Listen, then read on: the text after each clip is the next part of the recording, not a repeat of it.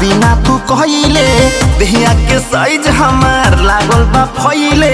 देहिया के साइज हमार लागल बा फैले। एको दिन छोड़ी ना बिना तू कहिले देहिया के साइज हमार लागल बा फैले। कुछो ना बुझात बाटे हमारा हो नैहर से पातर ससुरबा मियनी कैल कमरिया के कमरा हो। नैहर से पातर ससुरबा मियनी कैल कमरिया के कमरा हो राजा।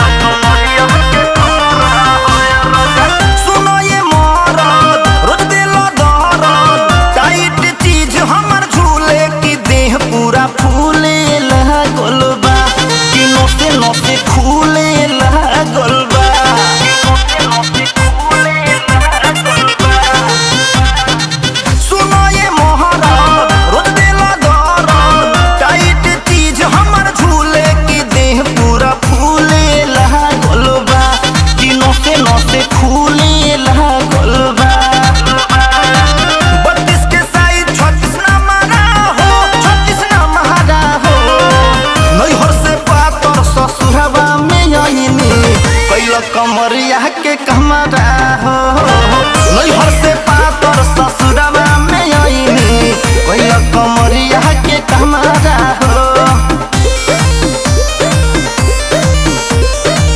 कैल कमरिया के कमरा हो music by Shubham Raj. Capsule कहवन की यौतारा राजा देह होता हमर भारी टाइट साया साड़ी हो खता लगे कि लोड गाड़ी हो खता। लगे कि लोड गाड़ी हो खता। कैप्सूल कहवन की यौतारा राजा देह होता हमर भारी टाइट साया साड़ी हो खता लगे कि लोड गाड़ी हो खता।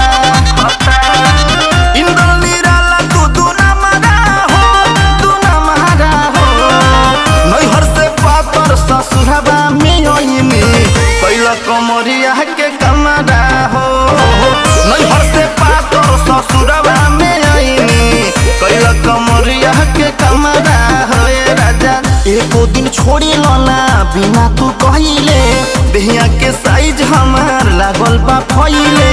कुछो ना बुझात बाटे हमारा हो नैहर से पातर ससुरबा मियनी कैल कमरिया के कमरा हो नैहर